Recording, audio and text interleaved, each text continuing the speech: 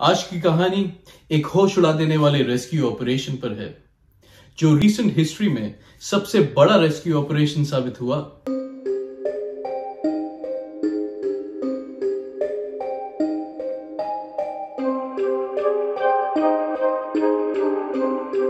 Hello दोस्तों, आज की कहानी में आपका स्वागत है। जो कहानी मैं आपके लिए आज लेकर आया हूं, वो बखूबी दर्शाती है कि जब हजारों लोग एकजुट होकर एक कॉमन गोल के लिए काम करते हैं तो असंभव को भी संभव कर सकते हैं। ये कहानी है मजबूत इरादों की और सैकड़ों लोगों के सम्मिलित संघर्ष की, उन 12 बच्चों की जान बचाने के लिए जिन्हें ये लोग जानते भी नहीं थे। और सबसे पहले, अगर आप अनोखी, अद्भुत, सच्ची ट्रू क्राइम स्टोरीज पसंद करते हैं तो इस चैनल को अभी सब्सक्राइब कर लीजिए, क्योंकि यहां मैं इसी तरह की स्टोरीज आप तक हिंदी में लाता रहूंगा। आज की कहानी उन 12 मासूम बच्चों की है और उनके असिस्टेंट कोच की है, जो एक गुफा में कई दिनों तक भूखे प्यासे फंसे रहते हैं और फिर कई लोगों के कठोर परिश्रम से और लाखों लोगों की दुआओं से उन्हें जिंदा बचाया जाता है। बात है थाईलैंड के चियांग राज प्रोविंस की, जहां पे एक जूनियर फुटबॉल टीम अपने एक मैच प्रैक्टिस के बाद थुआम लॉन्ग नाम की एक केव में कुछ वक्त बिताने का प्लान बनाते हैं।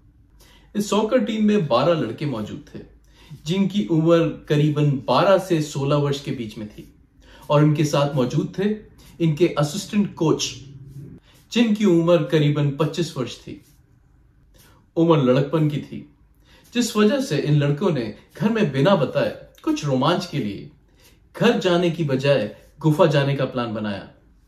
कमाल की बात यह है कि गुफा के ठीक बाहर एक वार्निंग बोर्ड भी लगा था, जिसपे साफ साफ लिखा था कि गुफा में जुलाई और नवंबर के बीच जाना बहुत ही असुरक्षित है, क्योंकि ये मॉनसून का वक्त होता है, जिस वजह से तेज बारिश के कारण इन गुफाओं में बहुत सारा पानी भर जाता है। क्योंकि ये दिन 23 जून का था और जुलाई में अभी एक हफ्ता बाकी था, और जिस वक्त ये लड़के गुफा के अंदर प्रवेश करते हैं उस वक्त बाहर मौसम बहुत ही सुनहरा था, सूरज अपनी तेज पर था और बारिश की कोई गुंजाइश नहीं थी। इसलिए इन लड़कों ने उस वार्निंग को इग्नोर कर दिया और वो गुफा के अंदर बढ़ चले। ये गुफा करीबन 10 किलोमीटर लंबी थी और बहुत ही कठिन, पतले और जटिल रास्तों से बनी थी। लड़कों की गुफा के अंदर जाते ही मौसम करवट लेता है, बादल गरजने लगते हैं और मूसलाधार बारिश शुरू हो जाती है। अंदर गुफा में जाते बच्चे इस बात से बिल्कुल अनजान थे कि बाहर बहुत जोरों से बारिश होने लगी है, क्योंकि जिस वक्त वो गुफा में घुसे थे उस वक्त बाहर मौसम बहुत सुनहरा था और बारिश की कोई गुंजाइश नहीं थी। जब उस रात ये 12 बच्चे अपने घर नहीं पहुंचे तो इनके माता पिता, जो बहुत स्वाभाविक रूप से घबराए हुए थे, इनके हेड कोच को कॉल लगाते हैं। हेड कोच बताते हैं कि उन्होंने अपने फोन पर करीबन 20 मिस्ड कॉल्स देखी और ये कॉल्स देखते ही उन्होंने अगला कॉल असिस्टेंट कोच को लगाया और उनके बाद कुछ लड़कों को भी कॉल लगाया, पर दुर्भाग्य से उनकी बात किसी से भी नहीं हो पाती है। वजह ये कि असिस्टेंट कोच और वो लड़के जिनको कॉल लगाया गया था, वो गुफा के इतने भीतर जा चुके थे कि वहां फोन नेटवर्क का होना असंभव था।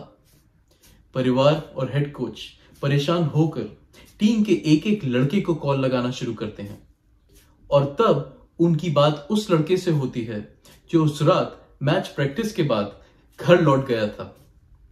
वो बताता है कि उसने लड़कों को और असिस्टेंट कोच को गुफा में जाने का प्लान बनाते हुए सुना था।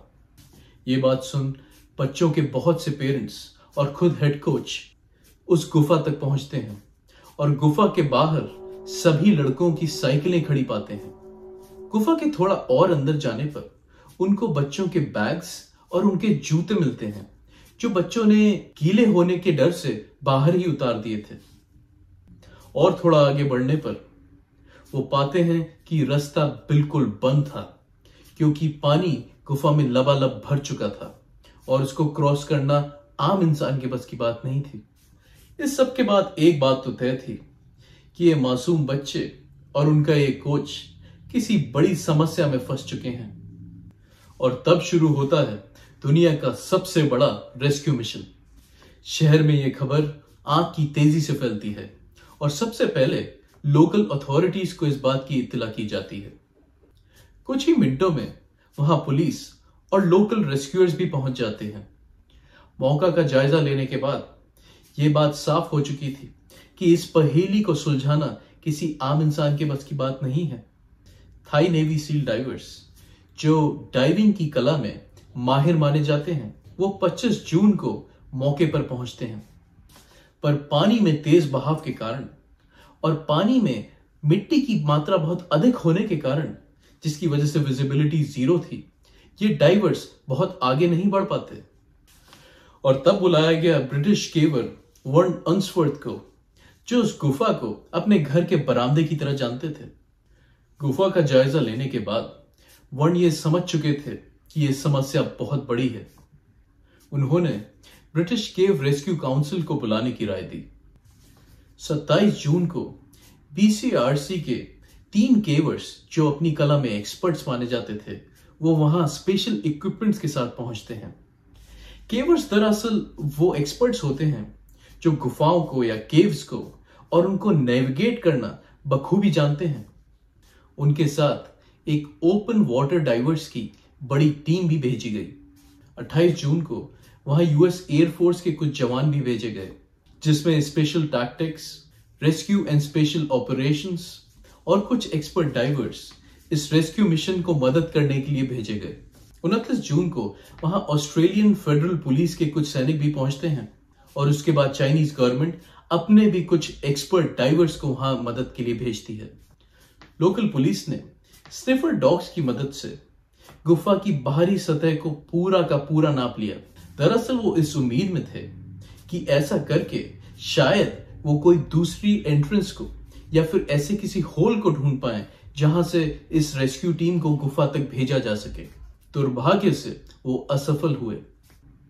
हाईटेक रोबोट्स और हाईटेक ड्रोन्स का भी सहारा लिया गया, ये जानने के लिए कि इन बच्चों की लोकेशन इस गुफा के अंदर थी क्या। पर वो कार्य भी विफल साबित हुआ, क्योंकि उस वक्त तक ऐसी कोई टेक्नोलॉजी मौजूद नहीं थी जो गुफा के इतने भीतर तक देख सकती हो। BCRC के अनुभवी गोताखोर रिचर्ड स्टैंटन और जॉन वॉलंथन ने यह निर्णय लिया कि वो गुफा के अंदर जाएंगे और अपने रास्ते में वो दिशा निर्देशों या फिर मार्कर्स को छोड़ते हुए जाएंगे, ताकि उनके बाद जो भी डाइवर गुफा में प्रवेश करे वो उन मार्कर्स की मदद से आगे बढ़ सके। एक बेल्जियन और एक फ्रेंच डाइवर बेन और मैक्सिम की मदद से उन्होंने इस कार्य को शुरू किया। और फिर अगले कुछ दिनों के लिए मौसम के खराब होने के कारण, जिसकी वजह से पानी का बहाव और तेज हो गया था और विजिबिलिटी और भी खराब हो चुकी थी, इन 2 कारणों से रेस्क्यू मिशन को स्थगित करना पड़ा। मौसम के बेहतर होने पर 2 जुलाई को यह सर्च दोबारा शुरू की गई और रात के करीब 10 बजे डाइवर्स स्टैंटन और वॉलंथन जटिल रास्तों से होते हुए एक ऊंची सी चट्टान पर जा पहुंचे, जहां उन्होंने इन 12 बच्चों और उनके असिस्टेंट कोच को पाया। Thank you. How many of you? 13. Yeah, 13. Brilliant. Yeah, yeah.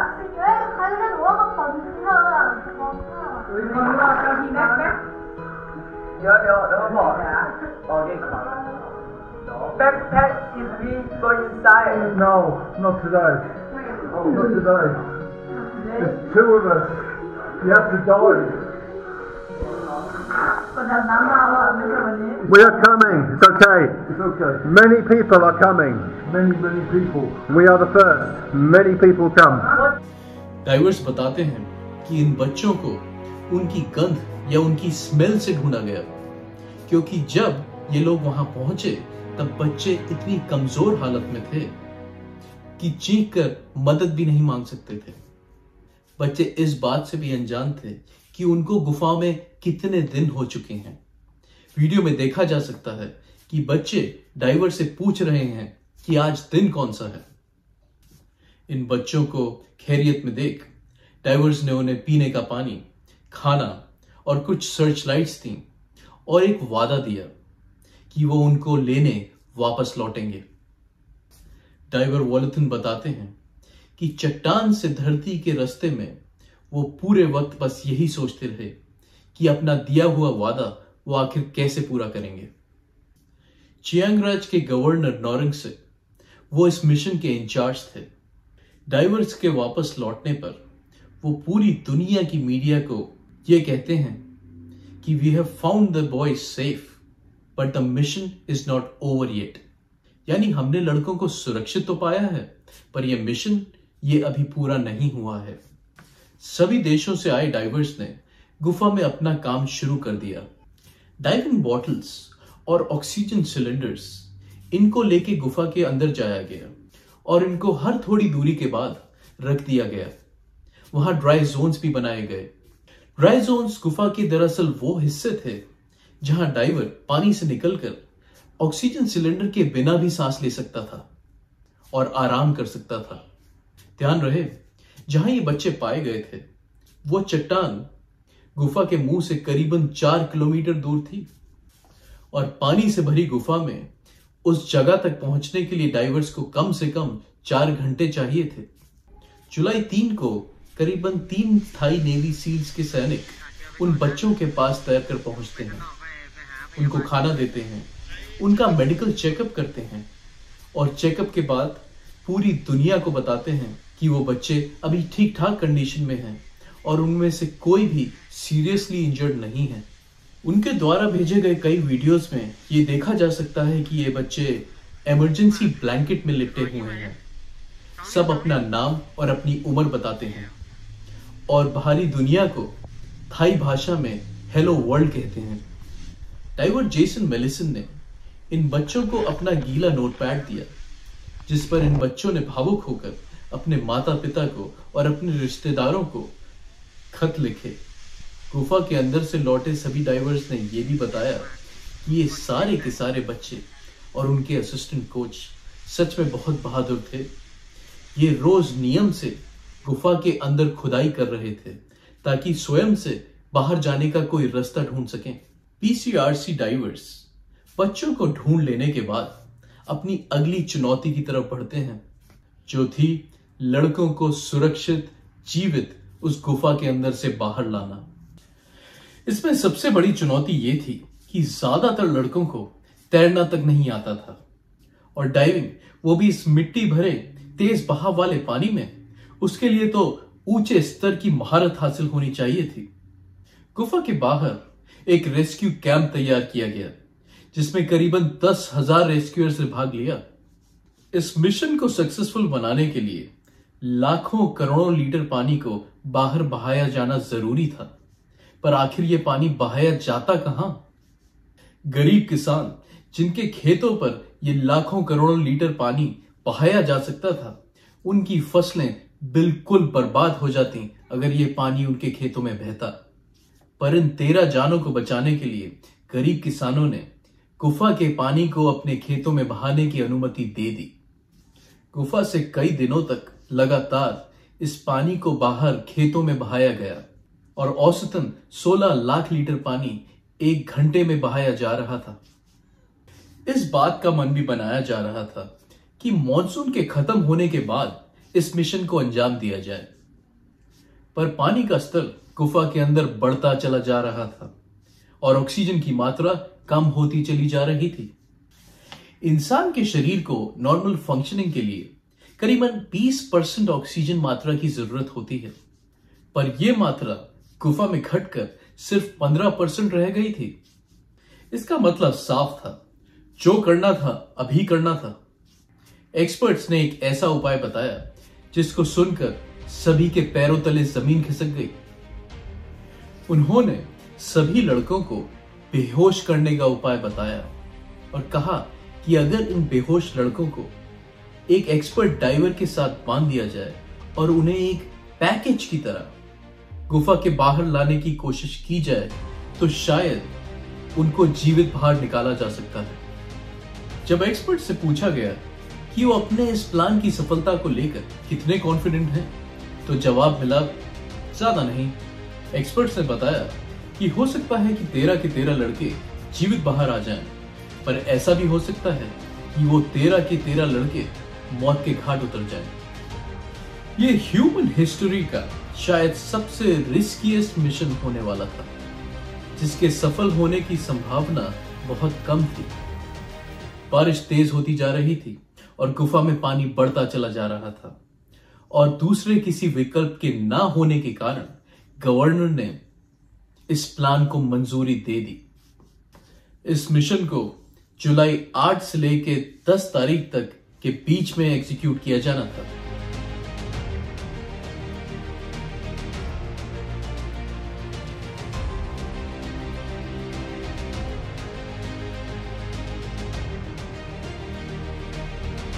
और जुलाई 8 को यह मिशन शुरू होता है। लड़कों को पानी में गोता लगाने से पहले बेहोश किया जाना था, जिसके लिए उनको 3 ड्रग्स दी गईं। पहली ड्रग थी केटामीन, जो एंजाइटी और पैनिक से दूर रखती है। दूसरी ड्रग थी ज़ैनाक्स, जो शरीर को सुला देती है। और तीसरी ड्रग थी एस्ट्रोपिन, जो मुंह में बनने वाले सलाइवा को कम रखती है, जिसकी वजह से चोकिंग का खतरा बहुत ही कम हो जाता है। करीबन 18 एक्सपर्ट डाइवर्स ने इस पूरे मिशन को अंजाम दिया और एक एक करके इन बेहोश लड़कों को एक पैकेज की तरह ट्रांसपोर्ट करने की जिम्मेवारी ली। करीबन 90 और एक्सपर्ट डाइवर्स इस मिशन में गुफा के अंदर मौजूद थे, जो रेस्टिंग एरियाज पे इन बच्चों का और डाइवर्स का इंतजार कर रहे थे और उनको पड़ने वाली मेडिकल इमरजेंसी के लिए बिल्कुल तैयार थे। हर लड़के की छाती पर ऑक्सीजन सिलेंडर को बांध दिया गया और उस लड़के को एक एक्सपर्ट डाइवर के साथ बांध दिया गया। केटामीन का असर सिर्फ 45 मिनट तक रहता है, इसलिए बहुत ही जरूरी था कि लड़कों के होश में आने से पहले उनको केटामीन का दूसरा डोसेज दे दिया जाए, क्योंकि अगर ऐसा ना होता और इनमें से किसी भी लड़के को पानी के अंदर होश आ जाता तो पैनिक के कारण वो अपनी और डाइवर की जान, दोनों की जान खतरे में डाल सकते थे। एक्सपर्ट्स की इंस्ट्रक्शंस के अनुसार हर लड़के को पैकेज की तरह डाइवर के या तो लेफ्ट या फिर उनके राइट में रखा जाना बहुत ही आवश्यक था। कुछ टाइट किनारों पर डाइवर्स को इन लड़कों को या फिर कह लीजिए पैकेज को या तो आगे रहकर या फिर पीछे रहकर खींचना था या धकेलना था, क्योंकि कुछ किनारे इतने पतले थे कि उनमें 2 लोगों का एक साथ गुजरना बिल्कुल मुमकिन नहीं था। डाइवर्स को 0 विजिबिलिटी वाले इलाकों में, जहां पानी बहुत ही गंदा था, वहां आगे चलना था और अपना सिर पैकेज से ऊपर रखना था, क्योंकि अगर किसी चट्टान या किसी पत्थर से डाइवर का सिर टकराता तो पहले डाइवर को पता चलता। चैम्बर 3 के बाद रस्सियों और पुलिस की मदद से कुछ रॉक क्लाइंबर्स ने खींचने वाला स्ट्रेचर तैयार किया था, जिसका प्रयोग करके इन बच्चों को स्ट्रेचर के ऊपर खींचकर चैम्बर 3 से गुफा के बाहर लाया जा सकता था। 10 जुलाई को आखिरी 4 लड़कों को रेस्क्यू किया गया। एक बच्चे को चट्टान से गुफा के बाहर लाने के लिए करीबन 4 से 5 घंटे लग गए। यह पहले से ही तय किया जा चुका था कि हर बच्चे को 45 मिनट के फासले में लाया जाएगा, ताकि आगे चलने वाला डाइवर पीछे चलने वाले डाइवर को किसी भी समस्या या किसी भी विपदा का पहले से चेतावनी दे सके। जब आखिरी नेवी सील को रेस्क्यू करने की बारी आई तो चैम्बर 3 में लगा वाटर पंप ब्लास्ट हो गया, जिसकी वजह से चैम्बर 3 में तेजी से पानी भरने लग जाता है। जब तक वो आखिरी डाइवर चैम्बर 3 तक पहुंचा, तब तक सारे रेस्क्यूअर्स वहां से निकलने की तैयारी कर चुके थे। पर सौभाग्य की बात है कि किसी हादसे से पहले वो सब के सब रेस्क्यूअर्स गुफा के बाहर आ पहुंचे। ये मिशन हजारों लोगों के बलिदान की कहानी है। ये दर्शाता है कि एकजुटता में बहुत ताकत होती है। इस मिशन में थाई नेवी सील सनन कुनान, जो सिर्फ 37 वर्षीय थे, 6 जुलाई को ऑक्सीजन सिलेंडर्स को डिलीवर कर जब वो गुफा से बाहर लौट रहे थे, तब टी जंक्शन के पास वो बेहोश हो गए।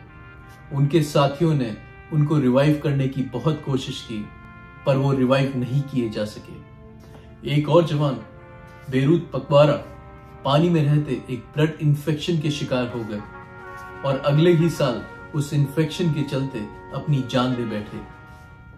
वो गरीब किसान जो ये अच्छे से जानते थे कि पानी के बहने की वजह से उनकी फसलें बर्बाद हो जाएंगी, उनका बलिदान भी भूला नहीं जाएगा।